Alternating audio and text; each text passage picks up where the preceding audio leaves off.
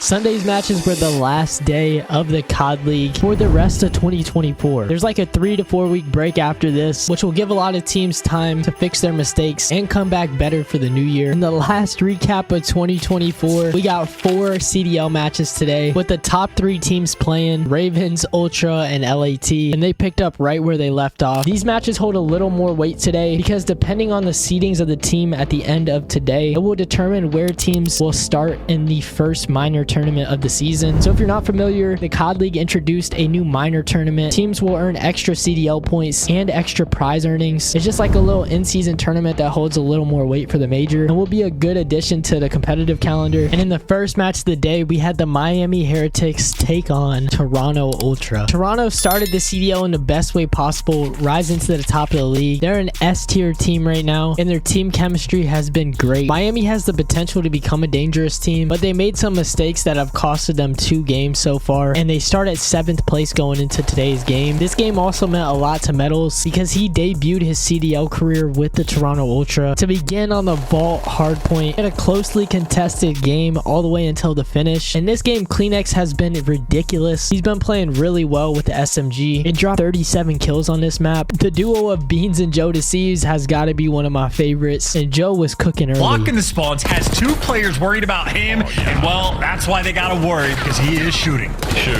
And timing's good as well. We're in the hardpoint for a moment now, but Heretics, they've done exactly what it. Joe Spree continues their chance, but so much pressure here from the Heretics on point.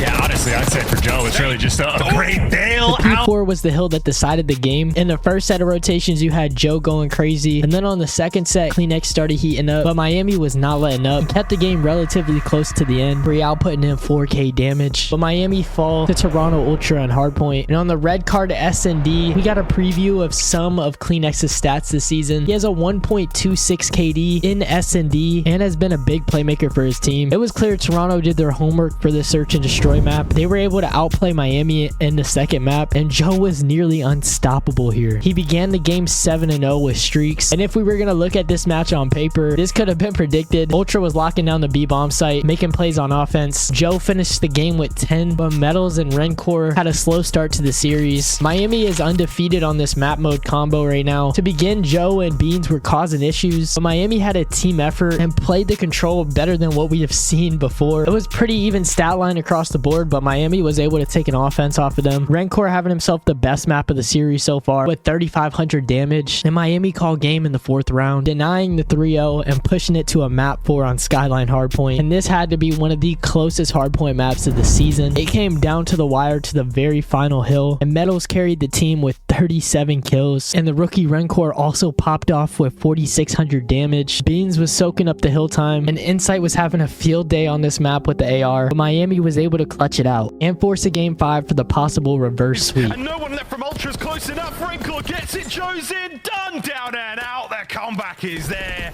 Game 5. But Toronto shut that down real quick in the map 5 and just look incredible in S&D. They dominated Miami in both of them. Winning the S&Ds is so important, and I'm sure a lot of teams are going to be reviewing their VOD and how they're able to dominate these teams in S&D. Miami couldn't get anything going. Insight with a crazy clutch. He's full of bodies right now. Insight is about to get a free one. Now it's a 2v2. CleanX, check your corners. Metals wins another. Nice win. Another for Metals. No, Insight. Oh! And that was just the story of the rest of the game, with Beans and Insight carrying the squad. And Toronto are currently undefeated in S&D with a 1.3 team S&D KD, which is the #1 in the league. And there's good vibes coming from around the team. Even Joe said it himself. I mean, it's been great. You know, I think this is definitely the best team I've had so far. So, I mean, I don't know. Every day I come in with the biggest smile on my face. You know, they're great personalities, great teammates, even better players. So Jacob Hale said proof that EU is better than NA, exceeding expectations right now. It's awesome seeing both Joe and Beans on a good team. It would be sweet to see them finally win a major. Lucky had a good series today, but he's still cinderblock feet in S&D, which is where we need the most help. 1-5, I believe, in S&D so far. The second series of the day, we had teams at the bottom of the standings, which just feels really weird to say because we had Falcons Falcons versus Atlanta FaZe. I'm not sure what's been going on with FaZe at the beginning of the season, but they've just been a few steps behind the other teams. This was the match that they needed, and on paper, they should win this match 10 out of 10 times. In the Skyline Hardpoint, FaZe did show some improvement, even though Falcons are still getting their feet wet in the league. This is a valuable rep that they can learn from going forward, and FaZe was able to keep the lead the entire game. Right after the P1, Falcons just fell flat, and the Tiny Terrors were pushing the pace. Falcons just couldn't keep up, but once again, we see another great performance from Kix, who's easily their best player on the team. I mean, you watch his POV, and this kid can shoot. FaZe dominate in the map 1 hardpoint, and going into the search and destroy, Kix continued to be impressive for the Vegas Falcons. S&D seems to be their strong suit. King of Body is like their primary playmaker, but he had 5 first deaths, which meant that he was getting snipped out nearly every round in the S&D, and they were trading rounds early, but FaZe started to figure them out. Draza was unable to get anything going, but he fell to 1-7. Kix and Rokkr were the only 2 players to go positive, but were unable to close out the game, falling 3-6 to FaZe, and it was honestly looking like FaZe might get the 3-0. Falcons really have struggled keeping up with the other teams in the respawn game modes, but they wanted to change the narrative today. Kix having an incredible round 3. 60 seconds by finishing the zone. But you just got to be prepared for all these pitches that are bound, because Atlanta FaZe are attacking from every single angle. Now you just got to take care of Abeezy and Sim. Sim falls, Abeezy falls, and Kicks with the turn and burn on the Celly. Rokkr and Kix put up great numbers for the Falcons, and they put so much pressure on Atlanta FaZe, I'm sure threw them off guard. They just looked so much more confident on the map, and Xnid was able to manage the Tiny Terrors. FaZe, on the other hand, was just not using teamwork, isolating themselves, and not blocking spawns, which allowed Falcons to dominate the slaying category. FaZe eventually losing this control 3-2. Xnid had a pop-off series going 36-22 with 29 defensive kills. Some FaZe were unable to get anything going, but we found ourselves on Vault once again for the hard point, and it was the same story as the first game. FaZe just dominated Vegas on the final map of the series, and Draza started frying. The Tiny Terrors were pushing the pace into the middle of the map. Now they looked much better than they did in their other matches, and Celium was playing the objective, soaking the hill time. Even some of the casters were saying that FaZe is back, and they needed this win to gain some confidence going forward. Even though FaZe has had a difficult start to the season, I can see them being a dangerous team, and I wouldn't be surprised if they're right back at the top. For Falcons, there's really not much to say. They're slowly improving, but still are the worst team in the league. People saying it's the Falcons doesn't count. The one map Kix got help, they won. I think Xnid plays a lot better if he can get another sub to work with. A Body genuinely might be the worst pro we've ever had in the CDL, even more than Happy in MW19. That's nuts. FaZe teamwork just feels chalked. Felt like 4 dudes in solo queue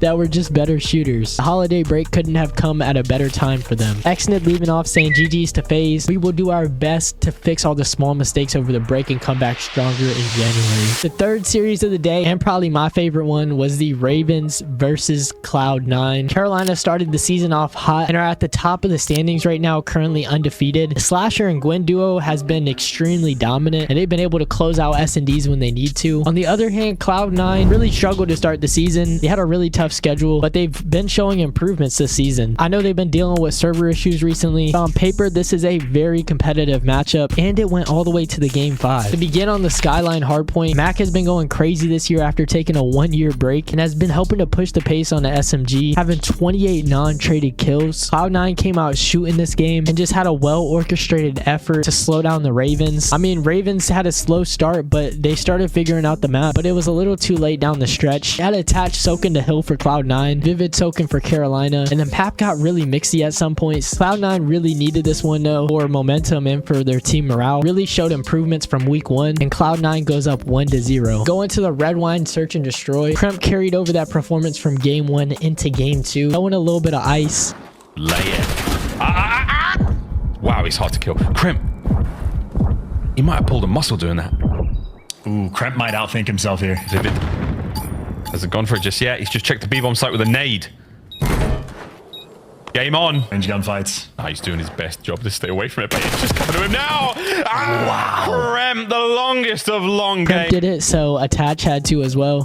You got to do something. You got to do it quick, and Attach trying to make that play. He's making it. He's making it. Here comes Slammed. absolutely slammed. Cloud9 was looking unstoppable besides Sib. I don't really know what's been going on with Sib lately, but he has been struggling in this title. And in this S&D, he went 1-8. Lucky for him, Gwyn and TJ were also having a similar type of game, and Cloud9 kept the map control to close out the rewind, search, and destroy. For the third map, oh, you guessed it, we found ourselves on vault control once again. And to start the season on paper, Cloud9 has been 0-3, and Carolina is 2-1 on this map mode combo. Cloud9 has the worst defensive win percentage on this map. TJ Halley has been going nuts in control this year with a 1.10. Now, as you can tell by the highlights, Carolina's teamwork is excellent on this map, and Slasher has been elite in respawns. Gwyn was able to get up in personal and started cooking early. For the kills with a solo cap, and they get punished for it. Gwyn, how many can you get? The answer is 2. Ridiculous 3 for Gwyn.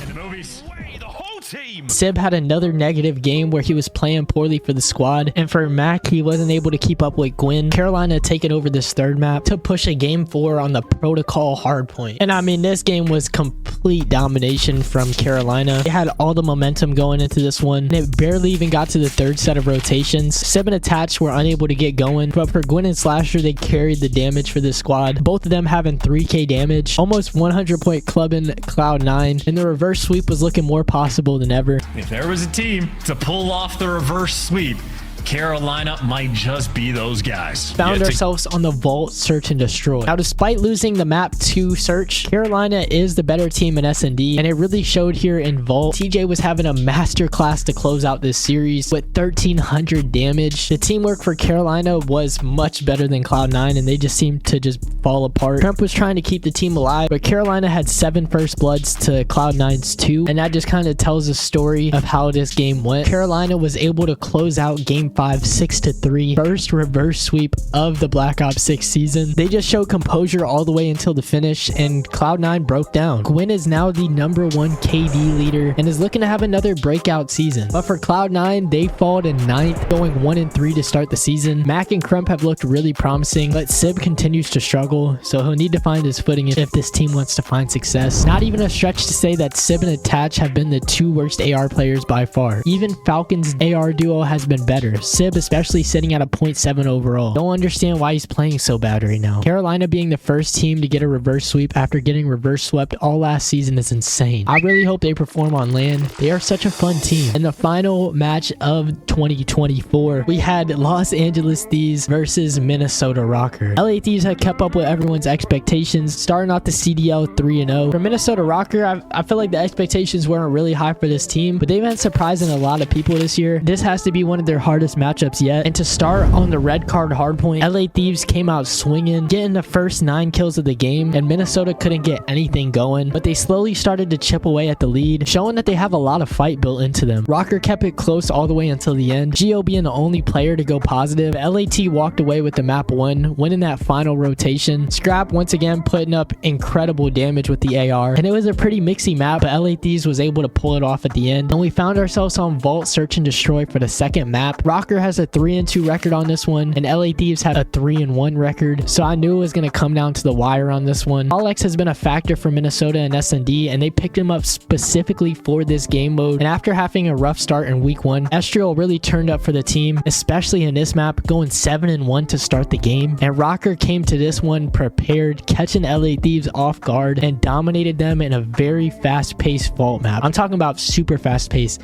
This map only lasted 5 minutes and 39 seconds, and now opened up that map 4 for them. But before that, we had a little change of scenery as we hop back onto the protocol control. Now, it's a rare occasion to play protocol. Minnesota got off to a great start, going up 2-0, and we're just a couple seconds away from getting that 3-0 DoorDash and pushing to game 4. Ghosty was struggling at the beginning of this map, going almost double negative, and was holding the team back a bit, but when round 3 came, he really turned it around for the rest of the team, and they slowly started chipping away at the lead one at a time, and Minnesota was breaking down. Like I said, they could have closed it out here, and LAT was able to catch him in a spawn trap. They started catching momentum after winning the offense, and Ghosty completely turned it around for this team, finishing 32-27, but they choked that 2-0 lead, and LA Thieves mounted a comeback 1 round at a time to take this control game off of them. And going into the rewind hardpoint, the Thieves are the best hardpoint team in the game right now, so it's pretty scary to play against them in these hardpoints. However, Thieves got off to a really slow start, falling 130-44, but then it's like a switch flip just like on the control, and Scrap just started teeing off on this team. LAT fixed their mistakes mid-map and it paid off at the end. Minnesota could have very well won this series and had a good chance to close it out, but Thieves does not allow Rokkr to bring it to a game 5. And Hydra was actually showing us that he's human today, not having the best series. So regardless, LAT were able to close it out on the map 4. I feel like all of their hardpoint games have been really close, but they always manage to close it out at the end, just like in the LAG Mates game. Nadeshot even gave his thoughts on what could make the team better going forward. Like, so much individual talent, but at a certain point, man, when all these teams catch up, we're gonna have to play a little bit better fundamental COD.